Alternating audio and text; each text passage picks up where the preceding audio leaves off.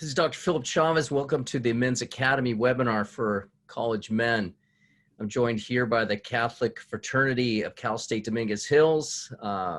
Especially, we want to thank Jason Gove, the Vice President of Spiritual Advancement, for helping coordinate this. And we're here to look at issues of life, faith, family, all those things that affect you guys while you're in college and soon after college. And those things which touch you, those things you're concerned about, those things you're worried about, those things which are on your heart. So before we get to those issues, Jason, you want to say some opening words before we launch? Yes. So hello. As you know, my name is Jason Go, and it is a pleasure to be with you, Dr. Chavez. First, I'd like to start off with each person introducing themselves from the fraternity, and I'll go first. My name is Jason Go, and I'm the vice president of spirituality, and I would like to bring it off to Manuel. So my name is Emmanuel Constant. I'm the president of Phi Kappa Theta Fraternity. All right. Georgie, I would like to popcorn it to you. Up to you, Georgie. Right, my name is Georgie. I'm a member of Phi Theta Kappa Fraternity, and glad to be here today. Good. Hi. I see an image. Brian, is that you? Yeah, that's right. My name's Brian Cano. I'm also a member of Phi Kappa Theta and one who's still experiencing technology issues. So I'm sorry. Okay, that's all right. Oh, It's all right. We can. Yes. All right, Jason, what are some of the things on your mind and heart that you want to maybe launch us with today? Yes. So pretty much, I kind of want to talk into the aspects of relationships, whether it might be marriage, whether it might be within us, loving ourselves. I think to go more, I guess, to hit that pinpoint is like, how can we find that true partner, that true soulmate, that the whole image of a relationship is. And I know some of the few brothers have some questions. So, but what's your little overview and little take before we start going into depth? You know, what's interesting, I guess overall, just to go back to maybe some of the basics of a relationship, one of the things is that one of the reasons I think men are struggling today is because, especially in relating to others, finding the right woman and getting married and settling down, having kids and the white picket fence and the whole 9 yards is, even those men that have done that, they still have a lot of identity crisis within themselves. They're still trying to find themselves. And so I think the key issue when it comes to finding the right partner, the right person, is you have to pretty much be well established in your own identity. Okay. And I think this is what most guys settle with. In fact, this is what I think most guys struggle with, because I think for the most part, what happens when guys get married, they find themselves quickly in disillusionment, not only because there's a lot of trials. Okay. Not only because there are a lot of things happen that they didn't expect, but they're still finding identity issues. And the problem is most men, and not wrongly so, at least in the order of nature here, we want to find a certain satisfaction in having a wife, right? As if that milestone's going to kind of complete life and it'll just be really kind of good and wholesome moving forward. And I think what happens, most guys, not all, but most guys find themselves in a deeper quandary about life. It's like, gee, is this all there is? This isn't what I really signed up for? Why are things like this? Now, again, just to go back, I think one of the critical issues is it's going to be very, very hard to find a wife, at least the right one, the right partner, if you want to put it in that sense. So Jason, I said you think you used the words true partner. Mm-hmm. If you can't find yourself and the truth within yourself, it's going to be otherwise very hard to find it in somebody else. And it's going to be hard to, first of all, maybe to find it easily detectable. In other words, those qualities you want in a woman, if you don't understand yourself, where you're oriented, where you're guided to, I'll drill down what I mean by this in a minute, is that you're not going to understand very much what you're looking for. And so the thing is, if you lose a sense of personhood within yourself that's not well established, then you're not going to be able to find those deeper elements of personhood in another person and a future spouse, right? And so you're going to be looking at the superficial things. How good looking is she? How she's pleasing? Or just her personality issues, though personality does count for a lot. And you're probably looking more at a superficial kind of elements if you don't get into deeper personal elements. Now, I know, Jason, you've heard me speak of this before. You've heard me speak a few times. Yes. And I keep going back to the same theme, that if you don't realize yourself in that identity as a beloved son, and really get anchored there in your relationship with God and understand that sonship and understand that you are loved because of who you are and loved as a son, then you're not going to be seeking love outside so much. Now, what happens, I think this is also the case. I'll let you guys comment on in a minute.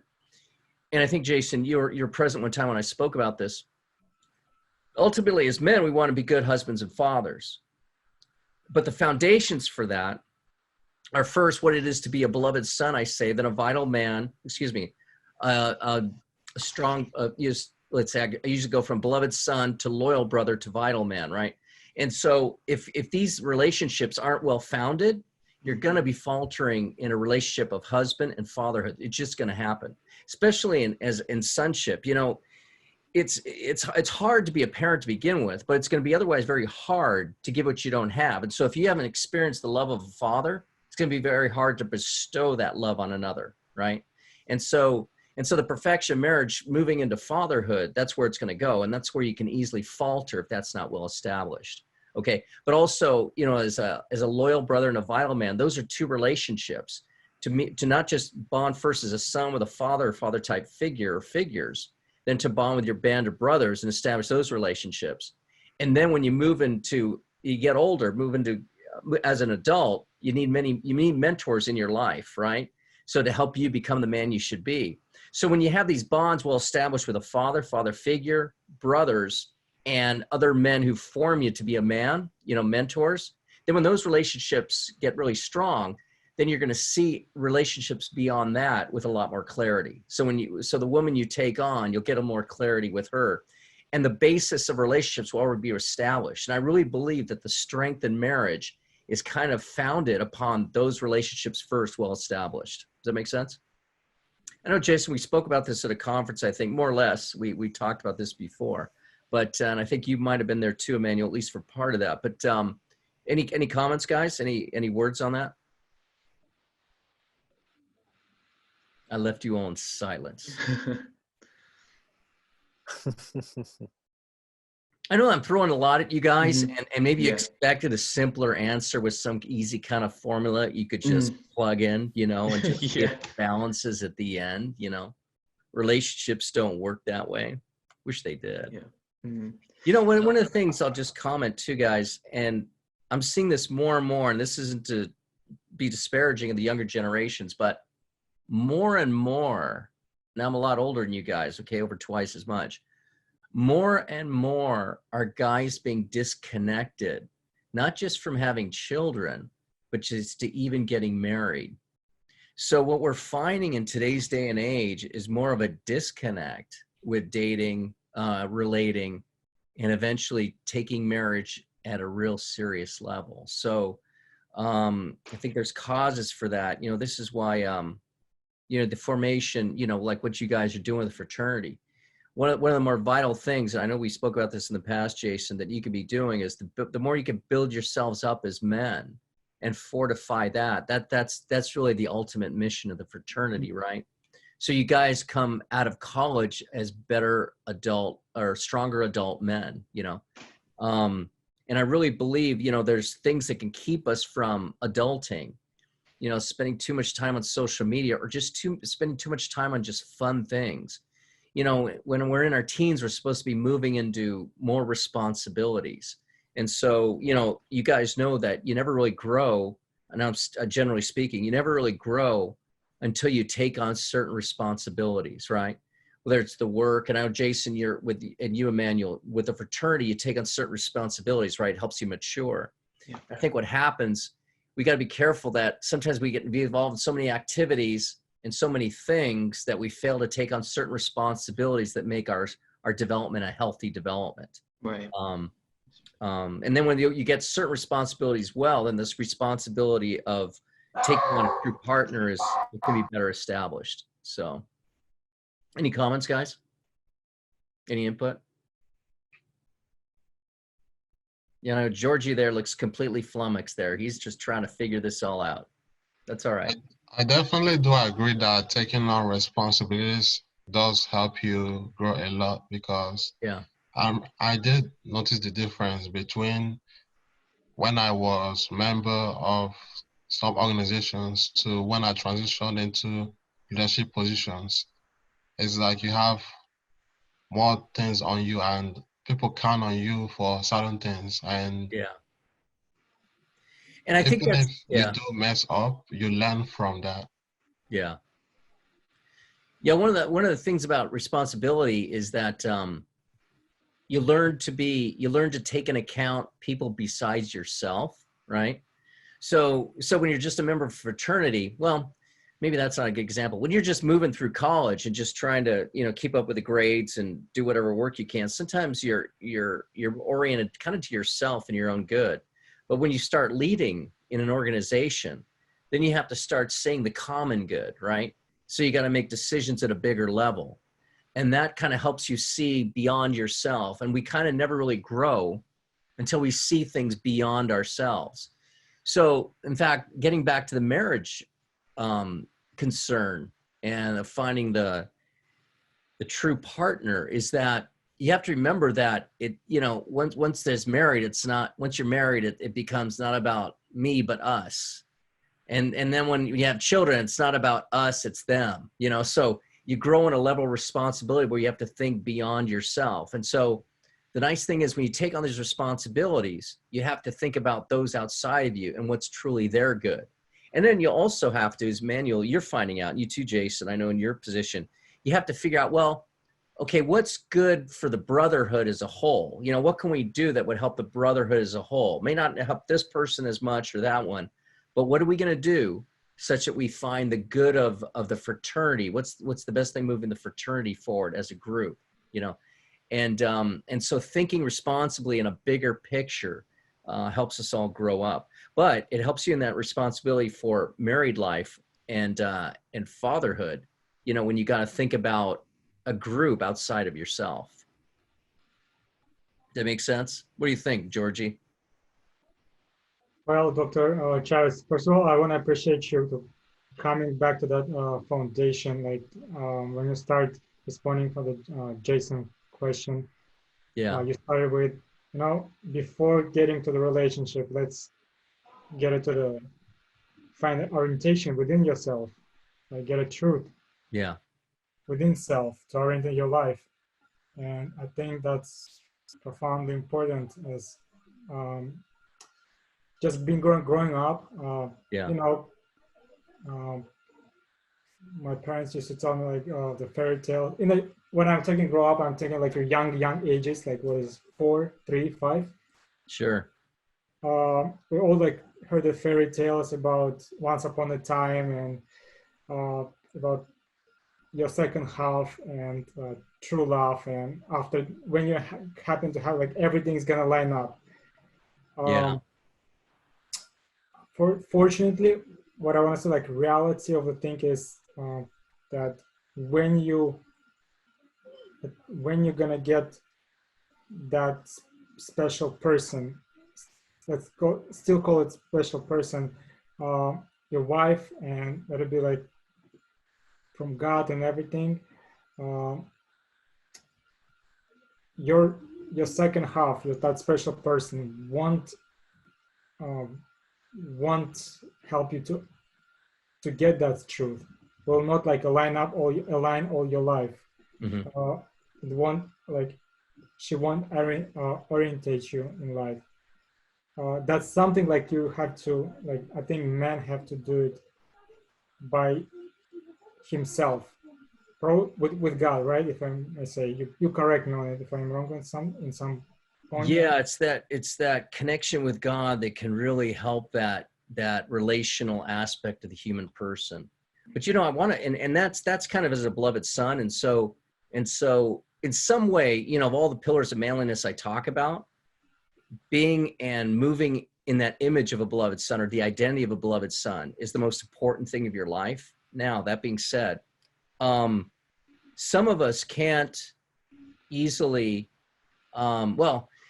okay, aside from pursuing being a beloved son on a natural life, we can pursue it on a spiritual life, and that can be taught a man, and that actually in some ways is not that hard. Okay, the difficulty is in the natural order. Sometimes it's hard to have and possess that fatherhood figure in our lives, which can help us grow in the identity of the beloved son. But remember, the next step I talk about is what it is to be a loyal brother. Now, this is what's important here, is that, remember, it's the relationships that are established, your natural relationships of sonship, brotherhood, and manhood with your male mentors. It's this foundation by which marriage and a lifetime relationship is built on. Now, that being said, okay, what are some of the dynamics here? One of the reasons, in relationship, we get very personal, right? Women like to use the word vulnerable. That's a chick word. I don't use it too much. Or they try to, there's another word we use like intimacy, And so ultimately, part of marriage, a substantial part, it's not so much the physical dimension as what is it to be intimate with another, right? What is to communicate heart to heart? Now, one of the things these relationships prepare you for, to get drilled down even deeper, is what it is to be intimate, a beloved son, with the Father, growing in that kind of intimacy. And you can do that in a prayer life, and you can grow tremendously. And that's within your control. That's within your hands. The second is to grow as a brother in intimacy with your brothers. And then obviously when you develop into man, you grow in intimacy with hopefully the males or the men who formed you to become the man you are today, whatever they helped you in, whatever avenue of growth. But you guys are now at a position and an opportunity in life where you have a fraternity. So to build forms, to build avenues, to build opportunities by which you guys can start bonding and being intimate and being open. Now, oftentimes I get this too. Some guys can't be very intimate in group settings, and I get that. In fact, I'm kind of that way. But to deal with men one-on-one, I can go very deep. And so for myself, I can't say that I've learned intimacy by group male experiences, but there's a handful of guys in my life who I do get very deep with, right? And so trust me, brothers, there's a certain measure to the extent that you could be intimate in these basic relationships will enable you to be intimate in future relationships, right? And so where you guys are at now, all you guys, what's in your hands, I really believe being intimate with God, the Heavenly Father, as a beloved son, is very much within your hands. And we could talk about that another time. But also being intimate with your brothers. This formation is actually vital to help you guys become better husbands and fathers. What's interesting too, Jason, I find that, and I wasn't sure if you were the one that intimating this. It's interesting. And maybe I'm speaking out of turn when I say this. It's true. It's true that you want to marry the right one, as you put it, the true partner, right? Yes. There's a difficulty with that, and that is a partner is going to always. How do I say this without making it sound negative? A partner can let you down, and usually will let you down, right? I see. And things will not, we may say, oh, this is a true partner for me, but things could still be really rocky. In fact, they will be, and may not be the right direction. So there's something about marriage where you can't look at your partner as someone so much like, hey, I found the right one that's meant for me. And then we just move forward together with this true partner. Again, using your words, Jason. And then things, as long as we're true, as long as we have that good foundation of me finding the right person for me, we're moving forward. Where marriage isn't so much about, hey, as you're moving along, it isn't so much about, yeah, boy, isn't it wonderful that we have all these qualities in common? It doesn't work that way. In fact, it works more in a rocky realm where marriage lasts because you're committed to it. Marriage it lasts because you realize, oh my gosh, we really aren't that compatible, right? And so there's certain elements about marriage where you have to move in it and embrace it when it's just hard and it just seems very incompatible. In fact, the far majority of men, whether they believe even those who believe that they met that true partner, after a while they believe, oh my God, did I make a mistake? why is this not working out? Why are we not really getting along like I thought we would? And so what I find is that it's the commitment to that longevity. It's not so much, yeah, you want to find the true partner, but it's not so much about finding that one true person as it is being committed that whoever I'm married with, I will continue to grow in intimacy. And I'll use the expression, which I don't like, I'll continue to work at this and to make it better and to spend more time and to try to, work out the rougher edges and try to soften, the harder parts of this and to move forward as best you can. So, so in this way too, I think it's important. And I hope I'm not stepping out of bounds here when I say this. It's sometimes not a matter of finding Mrs. Right. It's a matter of finding the one you're called to commit yourself to. Yeah. Okay. And I think what's happening too in today's day and age, we're moving in life so much that our expectation levels in some way grow, right? And so it gets harder and harder to find Mrs. Right, right? So, or Miss Right.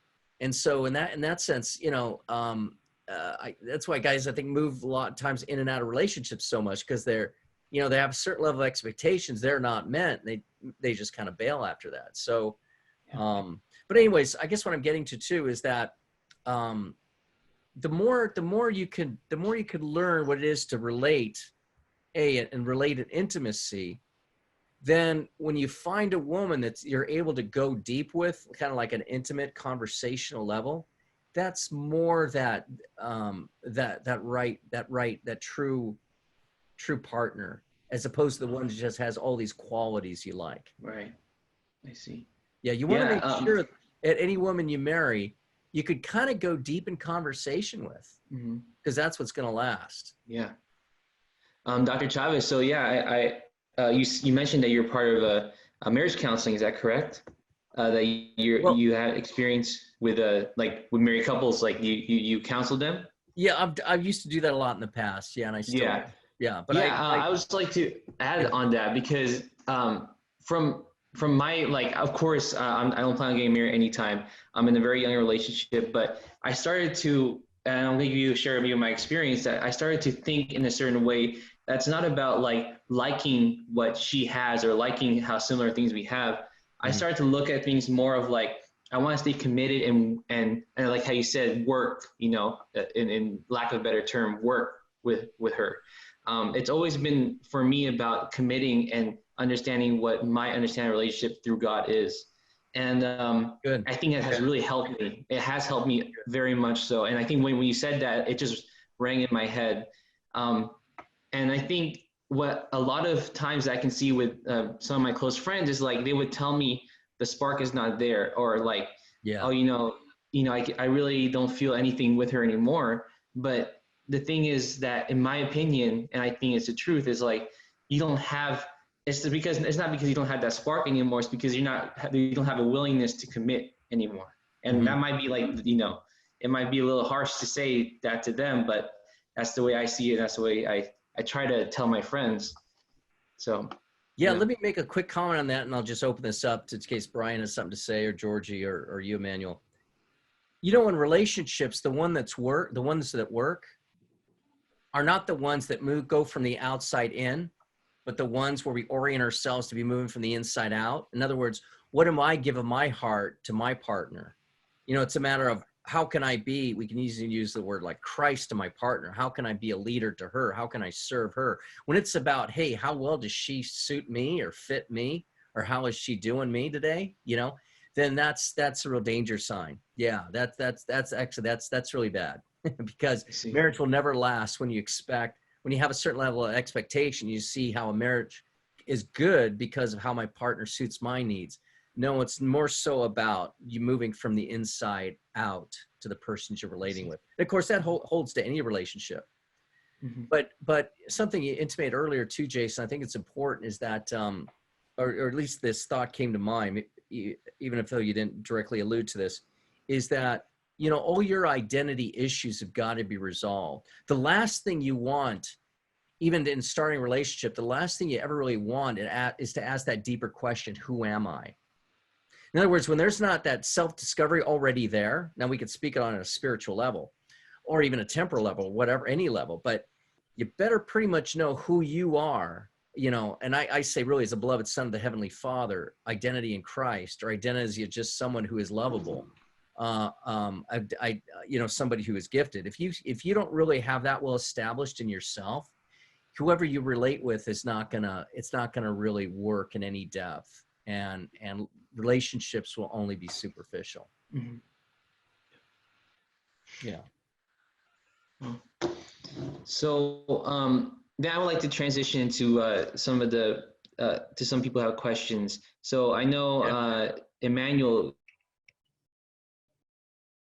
or Georgie, did you guys want to share a question that you have or some sort of comment or thoughts regarding this whole marriage topic, not marriage topic, relationship topic? Sorry. Oh yeah, Brian. Sorry, I know I forgot to say your name. It's all right. I do have a question. When we were discussing all this about discussion to marriage, this connection to marriage that seems to be really prevalent in our society in the modern age, of course, and this idea of being intimate and needing to show that responsibility. Well, I do have a question onto that. Sure. Would you still be considered responsible if you do lack that weakness of intimacy? Like if you already feel like this new aspects of a stronger relationship, that you're not equipped to handle this, that you won't be the beloved son, the proper father, the proper husband, that it's not going to work out for you, so you strive to avoid it. Okay, I'm not sure exactly what you're trying to ask, but it is the case. Just, yeah, if you're not well established in yourself, and let's just say maybe even your Christian journey, let's put it that, and have some kind of relationship with God, or let's put it this way, guys, for those who are maybe might be listening or aren't Christian, if you don't have like really rich relationships, or at least good relationships with others that are healthy and that are sound, you're not ready to date even, let alone get married. You're just not. And you will just find that any kind of dating relationship would just be very, very stressful. So yeah, I mean, first of all, I think we all have a responsibility to grow in the Christian life, for those who are Catholics, for those who are Christians, right? We also have a responsibility to grow as human beings. It's just a natural responsibility to develop ourselves. In fact, that's why these fraternities are very, very important, or potentially very important, right? Is that they should be oriented toward developing yourselves more as a human person. You know, doesn't mean you can't do things with that, which you have fun. Obviously, part of that, and part of being in a fraternity is certain challenging things you got to be doing. But yeah, if you're not finding yourself like growing in an identity and comfortable in your own skin, as we say, and able to really relate to others well, a dating relationship is not going to really work out for you, and it's going to be even worse in the married state. And like I say, I find that I mean, I've never seen a marriage struggle yet where it didn't go back. Okay, I'm talking on a man's part here, okay? I'm not talking about a woman's part, on a man's part.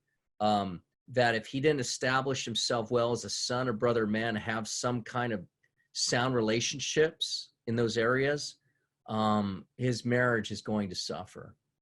Yeah. I'm not sure, Brian, does that answer your question? Yeah, it does actually. Thank you so much. Sure.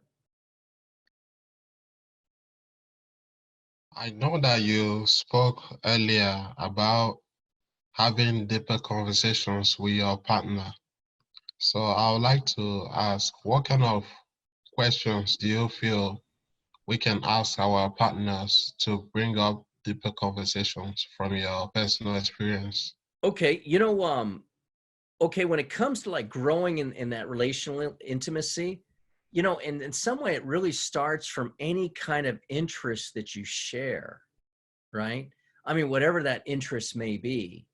Now, the higher level of that interest, the better. If you just share, I don't know, you find a gal who enjoys football or something more, less, I wouldn't say less noble, but less exalted, you know, maybe that can be a start, but ultimately you want to be able to share things which have some kind of higher value. And so people share some things like truth. I'll use the term virtue, in your faith life, just about God. And so if you can share like a deep conversational level about things that matter, I'll put it in those terms, that's the richest, I think, one of the richest foundations you can establish in a relationship, right? When you're able to go, how would I say, somewhat deep and really share thoughts. And I'll use the term, like, no, I don't use this term often, equally. In other words, you both equally feel freedom to contribute and have something which mutually edifies each other, you know. And so that's why Christian marriages, generally speaking, work better than others, because a couple can share what it is to live and move in Christ and share the Christian journey. And so they ennoble themselves by higher Christian values and discussing and sharing and trying to live those values. Okay, so couples grow in intimacy that way. You know, it's amazing. I met a Protestant couple years back, and I'll never forget. They were older too. They're both deceased now, I'm sure. I knew them back east, and Phil and Ruth were their names. And they converted to Christianity later in their life, or reverted, and both became Protestants. They were both, one was a Catholic before, but well, I guess what I'm trying to get at is that they read the scriptures together and they shared that. And what was so beautiful that I noticed for the very first time, it was some years back, is that I noticed that when they share at a deep level, they begin to think like each other. And this is a real cool sign of a relationship that you know that's really working well, is when the couple, they think alike. They sort of talk alike. Their values, the way they speak, the words that they use, the subjects they bring up, they're very much in unison, you know, and it's a real beautiful thing. And so, and that's what you want. That's what you want in marriage. You know, of course, you want it to grow into something. And yes, so when you're able to share something of great value, then that intimacy can be developed. And the faith avenue, I believe, is the most intimate and the most precious value you can share with another. You know, the Jacques and Raïssa Maritain, you know, philosophers of a century ago, they kind of grew close. They were both seculars. They were both academics, I think. I think Raïssa was an academic, but they shared philosophy. Okay, so they shared something very deep within themselves philosophically. Okay, actually, it was interesting enough, because they didn't have God in that, they actually made a pact to commit suicide, even though they were sharing that intimacy of philosophy. I know sometimes we guys can't imagine that, okay, but with a woman, but they shared that, but it still led them to a kind of despair. It's not until they see those the things of faith, which brings hope, which brings joy, which brings gladness, which brings, as Matthew says in the Gospel of Matthew, good news.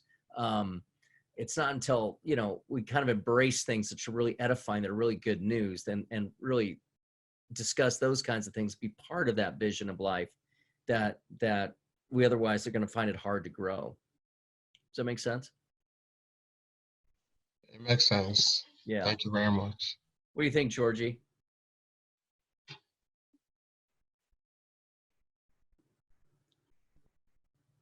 Yeah, Georgie's a very deep thinker, I can tell. He looks deeply within himself, and that's all right.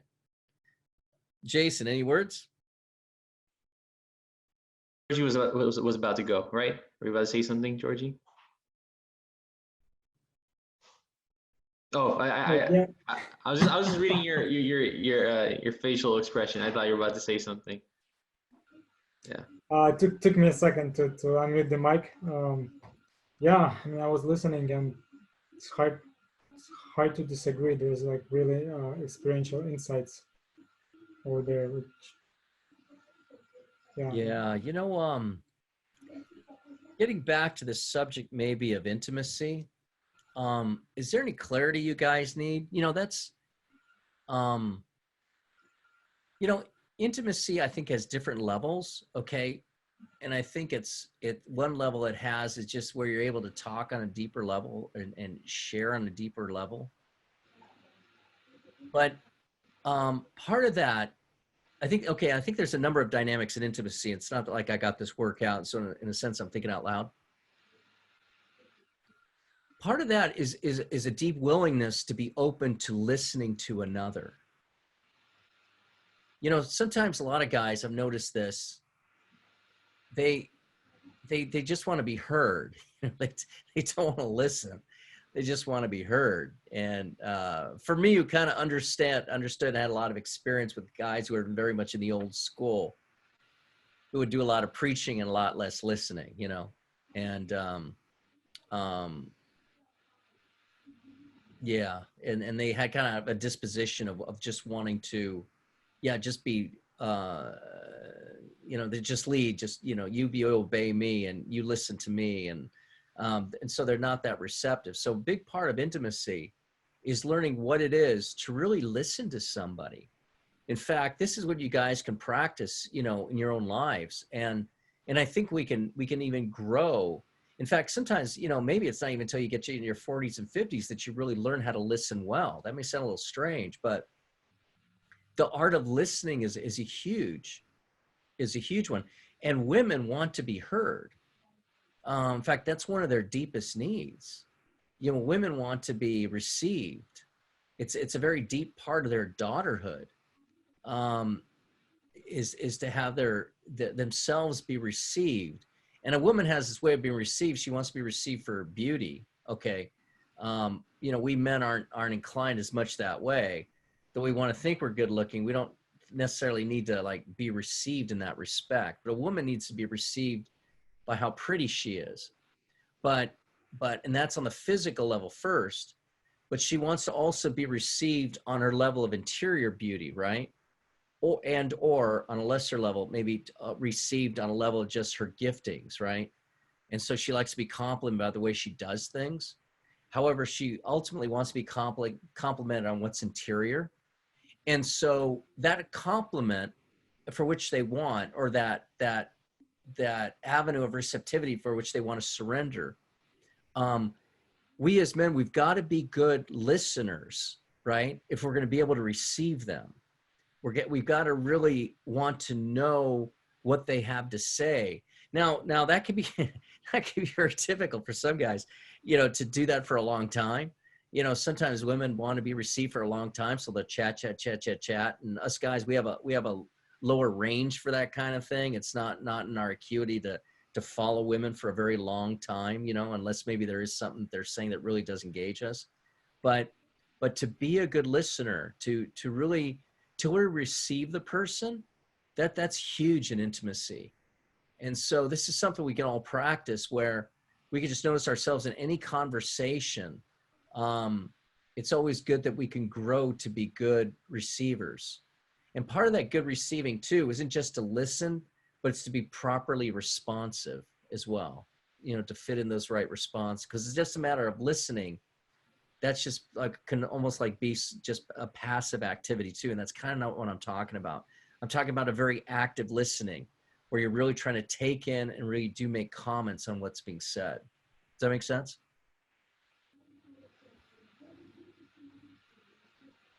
I know I'm throwing a lot of heavier things at you guys. Again, I wasn't sure if you were just looking for the simple formulas. I haven't figured those out, okay?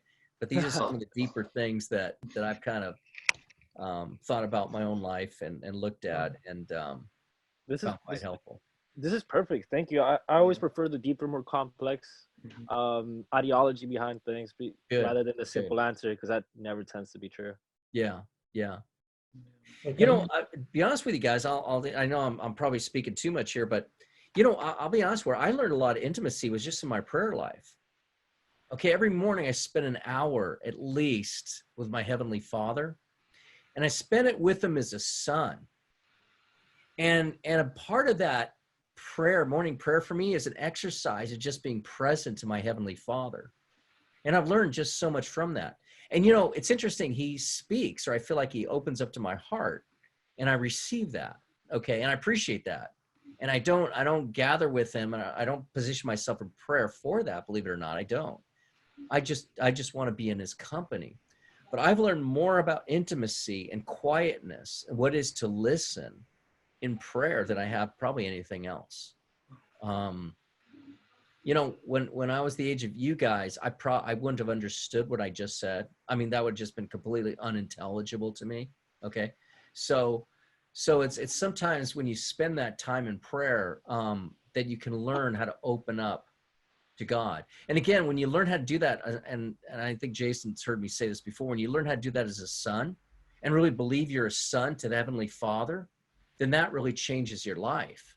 Because then there's a relationship by which you're activated in. When it's just about being open to God or talking to God or some kind of impersonal way, that doesn't really satisfy, at least in my experience. It only satisfies when you really believe you're his son and you talk as a son to someone, to a being, to a divine being who's really your father.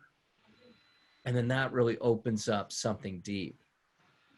And, you know, I really believe too, it's when you get in that depth with God, that is probably one of the best things you have to offer a woman. If you want to give something to a woman, give her the fruit of what has become of your prayer time.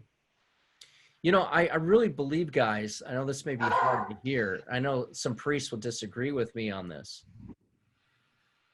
For an adult, generally, I believe we are called by God to spend an hour a day with him. Okay.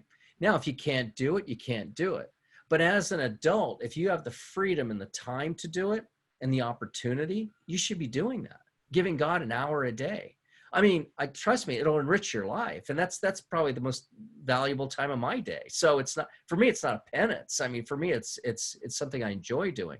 Now, when I say prayer too, sometimes it's certain devotions or just some spiritual reading and meditation or reflection. I'm talking about that too when I talk about prayer, okay? So most of us guys, we really do need to follow spiritual books or some kind of reading which edifies us and lifts up our minds, okay? It's very hard for us men to pray without that kind of reading, very, very hard. But I really believe that's kind of like a standard year to start with. Now, if you could say, okay, well, you know, I really can only get in 15 minutes a day. Okay, well, fair enough if that's what you think. But to put in less than 15 minutes of prayer a day with God is I think a real denial of your own humanity.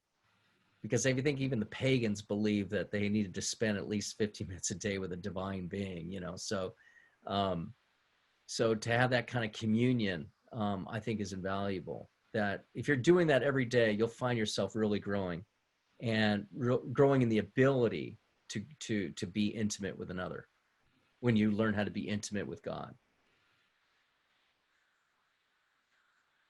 It's changed my life. It's made a huge impact.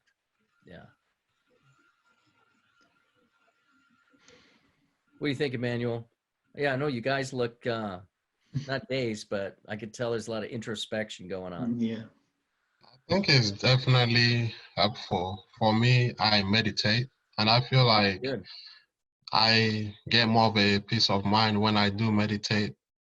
And I feel like it's really good to be consistent with it because it sets you up at peace. You get more stress relieved, Yeah. and you just feel better overall after the meditation.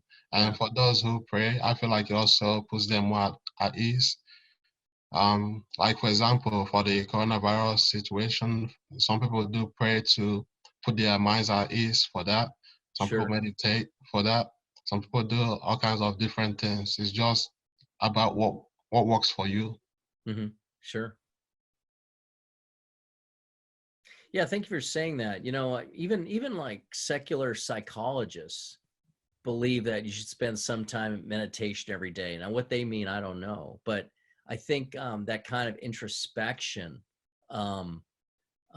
yeah, even secular scientists or psychologists or psychiatrists see that that's highly beneficial. Yeah, and keeps one as peace, like you say. You know, it's interesting. We're all looking for peace. Jesus said we could have peace. He just wants to give us his peace. He never said, I'm going to make you happy in this life. But he did say, I can leave you my peace. Not as the world gives, but in a deeper way. And so peace isn't something that comes when our circumstances are going right, right? Peace comes usually, or it's shown itself, or it manifests itself when symptoms or things are hard, when our circumstances are actually hard. And when we're able to manifest peace in light of difficult things around us, then you know you've really achieved a true peace. In my opinion, peace is acceptance. It's I like you like have accepted the situation I and like you that. understand whether it's I good like or bad, you know that you're gonna get through it and you have accepted that you have no control over it. I like that, Emmanuel, a lot. I like that a lot. Because sometimes acceptance is a key element, because if it's not that, it becomes about expectation. It's like, yeah, okay, I'm going to finally be at peace when I get my degree. I'll finally be at peace when I land the right job, or I'll finally be at peace, when my health gets to a certain level. And that's not peace. That's like a certain contentment. And yeah, you should shoot for those things, and they will make you content at a certain level, not at a deeper level. But I think you hit it right, that nail right on the head, Emmanuel. Yeah, when there's a certain acceptance of what's going on around you, and you accept the circumstances and the people, and that can keep you at peace. Otherwise, it becomes about, okay, what's next? When am I going to get my big breakthrough, right? When are things going to finally come together? And I promise you, that's not going to bring peace. And I promise you too, nothing ever really comes together. Life is such that after one challenge, there's another challenge waiting for you. Yeah.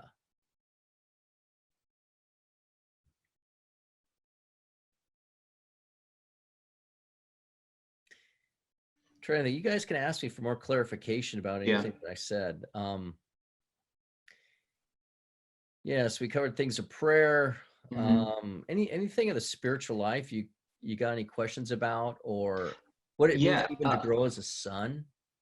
Yeah, actually, I actually wanted to kind of have this closing question then before we run out of time. Okay. It's about I want to kind of go back to my experience. I wasn't in a relationship until I came into like my second year of college, right? And from that very time span, of course, when you're a high schooler or you're a middle schooler, you get very emotional and you kind of think of these things like, oh, when am I gonna date? Like, I never dated until college. So then my kind of question is then for those people like who are single and they're feeling kind of lost, or they're feeling a little like no more hope in a sense. What's the one thing that can help pick up? Because I can definitely tell my experience, but I really cannot say it in the words where it's understandable, because for me, it just happened. I guess I seeked it, and I guess I did the right steps. But what's a more general rule that people who have been single for quite a while, I mean, perhaps, and I can definitely say I have some friends who have talked to me about, like, when are they going to find the one person? I mean, how can they continue to compose themselves and be ready for that relationship? Okay. There is a thought out there which says to ourselves, life is never going to really be right unless I find a woman in my life. Life is never going to really find itself complete. And in the Christian life and the Christian journey, I believe very strongly, and I say this really through experience, one can be very happy just moving with God in intimacy. Actually, strange thing, of the priests and religious that I know, they're some of the most happiest people I know, right? Because they found their intimacy, they found their happiness, they found their satisfaction in God. Now, on the natural level, we're ordered to take on a wife. That's how God made us. Especially after the fall, it became somewhat of an essential need, right? And who makes up what is lacking, and who really is that complementary factor that can make life sweeter. But I really believe if you cannot be happy within yourself and find some measure of solace, of peace, of contentment with yourself alone and with God, you're not going to really find it with a partner.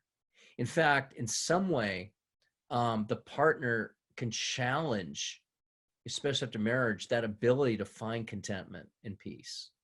And so to give others hope, trust me, if you could find that journey in God and move in that journey, then that need to be to find that true partner will not be as strong.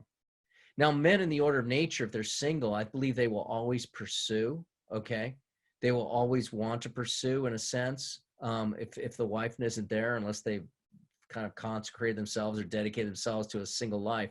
But for the most part, men do pursue. But if they can't find happiness within themselves and say, you know, with or without a woman in my life, I'm still good.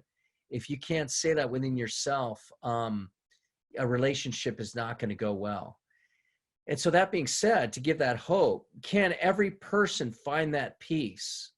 Can every person move without fear?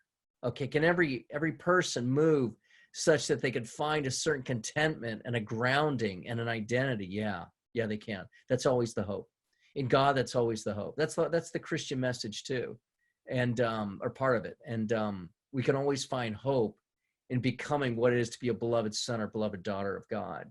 And that's the deepest foundation. That's the root. And I really believe that's where happiness starts and where the Christian journey really begins too. And that's how Jesus moved. You know, it's interesting. If you look at his life and what he said, even when he's on the cross and the prayers before he gets on that cross, when he's in the garden, he's navigating himself as a son. Now here he's God, you know, he's the eternal son or the eternal word of the Father. But he always positions himself and describes himself and identifies himself as a son who is loved and who lives for his Father, who wants to accomplish his Father's will and live for his glory. That's a real model for us that is where we're all supposed to be at, where that really becomes in some way the most grounding and foundational, I'll use the word thing in our lives, that relationship. And I believe, that the possibility of every man achieving that is within your grasp. Now, yes, it's good when you're trained and somebody is there to guide you and what it means to grow in the spiritual life. And Jason, you and I have talked about this on what it is to help college guys grow deeper in that relationship. We can get into that later. But I believe walking that journey of what it is to kind of grow in sonship is the most valuable journey, the most productive, and the most peaceful journey you can walk. There's no question. Not especially as I testify that in my own life and what I've seen and what I've seen in others, that will give you the most happiness and that will really give you the most hope. Because if I put myself in something outside of God, I'm going to be disappointed. It's just going to happen that way. You're just going to be disappointed. So when your happiness is always something outside your reach, or your hope is something outside your reach, it's never really going to be met. No, hope is something which is in your grasp. It's within. I don't want to use the words necessarily like it's all up to you, but it is in some way. It's within your hands. It's within your grasp, and you can achieve that with God. Yeah. Thank you. I had one question, actually, that you talked about earlier, saying that. Oh, give me one moment. Perfect. One that it is important to have at least 1 hour with God, and it's not a form of penance. It's a form of joy of actually being in God's presence. And from the last meeting that you spoke about, starting in your own way, does this have to be a consistent 1 hour from 6 o'clock to 7, or from 9 to 10, or can it be throughout the day? Spend 5 minutes here in just spiritual thought and religious thought to help your spirit. Okay. I find if I don't have that block of time, I don't move into that peace that Emmanuel is talking about. In other words, if it's 5 minutes with God here, and it's 10 minutes there, and it's 15 here, well, 15 is a good amount of time. But it's not until you like put things aside and say, Father, I'm giving you this hour, I'm giving you this 45 minutes, half hour is a good amount of time, and kind of camp there for a while, it's not until you do that, you're gonna achieve peace. Imagine you say to your girlfriend, yeah, let's just spend 5 minutes here and 10 minutes there, and yeah, 15 minutes here, and hey, ain't gonna go over well. If you say, yeah, hon, I want to make sure we have some real quality time for a couple hours, yeah, then that's gonna make her happy, right? So, you guys go out, you want to share some company, is just 5 minutes going to do it? Well, yeah, maybe between classes, or, that's always fulfilling. But I find it's not until you set foot into an hour where you can kind of go deep into a prayer, go deep into a relationship, and kind of camp there for a while. That's when you can grow. Now, if you can't, young fathers, it's very difficult for them to find that hour free. Some guys I know, for this reason, this is where traffic has helped men out, because sometimes that's the only quiet time they get, so they can camp in some kind of peace with God. I know some guys who do that, and that's the way they can make traffic work for them. But I believe if you can, when Jesus was in the garden, he said, why can't you spend at least 1 hour with me? I really believe that's a calling to all of us to try, if we can, to shoot for that 1 hour a day. Now, when I do that 1 hour a day, usually it's longer. I still spend that 15 minutes here, 5 minutes on top of that. So I probably spend 2 hours with God a day. Now I enjoy it. And I'm in a, since I have a men's ministry, the prayer is kind of like feeds that ministry more directly. If I was a plumber, it'd probably be a little different. So I reflect a lot and I pray a lot about the concepts, even I'm presenting to you guys now. Okay. So that in some ways is a form of prayer too. But I really believe that taking that time out for an hour is a very growing experience. Yeah. And a grounding. And then one that'll teach you how to like move into intimacy for a while. Yeah. Because intimacy isn't something where you go in and out. It's when people get into an intimate moment, means there was time spent by which you go deeper, right? And learning intimacy is that time spent, like an hour, allows you to go deeper and more intimate. Does that make sense, Georgie?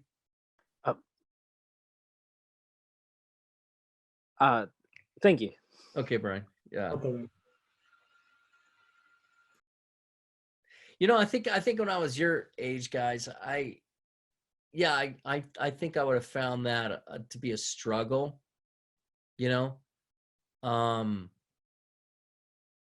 It's interesting. Remember, you guys are all fully grown adults now. You're not kids. You're growing. Your curve rate for growth, you could say, still high. But you have to believe that you're a full adult now. Sometimes we don't think so, unless we've graduated from college or something. But you're a full adult now. And it's important to try to embrace that and embrace every responsibility consequent to that. And I really believe having a robust spiritual life is part of what it is to be an adult. And it's not something you can say, well, I can really get to this when I get out of college. No, it's not. No, it should be now. And yeah, most guys, I would say they don't have that, not because they don't want it, it's because nobody's ever really walked that journey with them. Right? Nobody did that with me when I was your age. So on what it is to like move into what it is to give God an hour every day. And by the way, if I don't make it in the morning to confess, it doesn't get done, right? So if I don't somehow, if I could do the beginning of the day before the day starts, rolling along, and the concerns start mounting and that to-do list grows, it's a lot easier in the morning for me by far than in the afternoon. I'm a little older than you guys, so I get tired by the end of the day. and I don't have much bandwidth to pray. So, but generally speaking, for me, if it doesn't get done at the beginning of the day, it just doesn't get done. Yeah, that's just me. Yeah. Anything else? What do you think, Jason? Yeah, I definitely need to. I have not been doing that 1 hour a day. I sometimes lack the discipline, and I think it's just because sometimes I put myself in the position too much that I have too many things to do, and but I am working on that, and I'm still. I do pray every night. But my take on it, it's like, I have to do it. I have to reach for that 1 hour. Like I have to. Good for you. Yeah. So. Great. I'm gonna try. I'm gonna continue. I'm gonna try to continue it, and I'm gonna try to work from there. Okay. Well, tell you what, we're about time. Why don't you guys make a closing comment, if you wish? I mean, if you could say I'll pass, I mean, I'll give you that too. But I want each of you guys, if you want to make a closing comment, or if you even want to close with a question, that's fine too. And we'll just move on. Not that I'll answer that, okay? But we'll move on. I'll close this with a prayer, okay? And then I'll let you comment last, Jason, again, okay? Oh, okay. Emmanuel?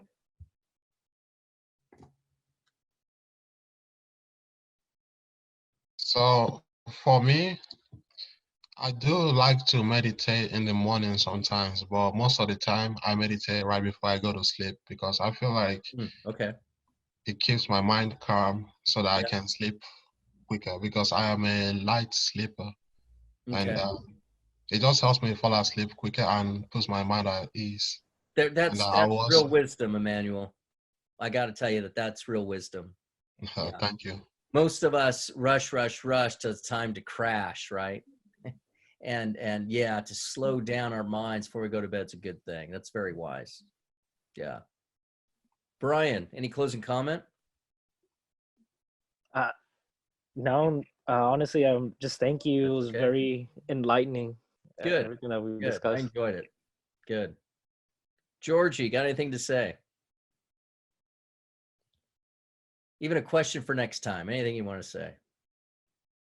Well, it was really enlightening. We kind of started with a relationship, touched a little bit marriage and partnership, and come back to spiritual development, right? With the prayer and definitely the more like we discussed, I would say the questions I start to have more questions and would be hard to fit in within the frame of 1 hour. Yeah. But it's enlightening. It's enlightening. Yeah. Like for the meditation, I definitely agree. It's in the morning or at night, just at that time. As far as I'm aware, everyone who I know and does it like really benefits from it. Mm-hmm. All right. So maybe next time we can share the form of prayer, maybe the practical applications. Absolutely, I'd love to do that. Just in a matter of like different angles. Who knows? Yeah, teach you guys how to pray. Yeah, we could do that. Absolutely. I know when I was your age, I definitely needed a lot of instruction in that regard. So, Jason, you want to make some closing comments before I say a prayer? Yeah. Thank you, Dr. Chavez. Like what Brian said, this is very enlightening. It really does help me enforce everything that I need to practice. It reminds me that the relationship that I am in is about commitment. It's not about pleasing myself, or it's not just about pleasing the whole bodily things. And the thing is that this really helps me keep on thinking every day. And I'll always remember these comments, these lectures throughout my whole entire life. So thank you, Dr. Chavez. Good, absolutely. All right, well, guys, it was just very fulfilling for me as always. Every time I spend time with you guys, I've been with you about 4 or 5 times now, and the times we spent live was just awesome. And again, it's just so much fun to see you guys light up. It's so much fun to teach this stuff, and it's in my heart, and I love it, and I can talk about it all day long. I really can. So. Anyways, but thanks for this opportunity. I'm sure we'll be able to talk about many constructive things ahead. And yeah, thanks for your comments. All right, I'll close with a prayer. Okay, let us remember we're in the presence of God. Heavenly Father, we just want to continue to thank you for all that you've done for us, for all that you've done for these men, for all those who've served them. Father, we just thank you for the path you've put them on. Help them always to walk in the image of your Son. Grant them your strength, grant them your reassurance, grant them your peace, which only you can give. Father, keep them always in the company of the saints. Help them feel the protection of your angels, and grant them always a sense of your direction. We ask all these things for your Son, our Lord, Jesus Christ. Amen. Amen. All right, guys, thank you.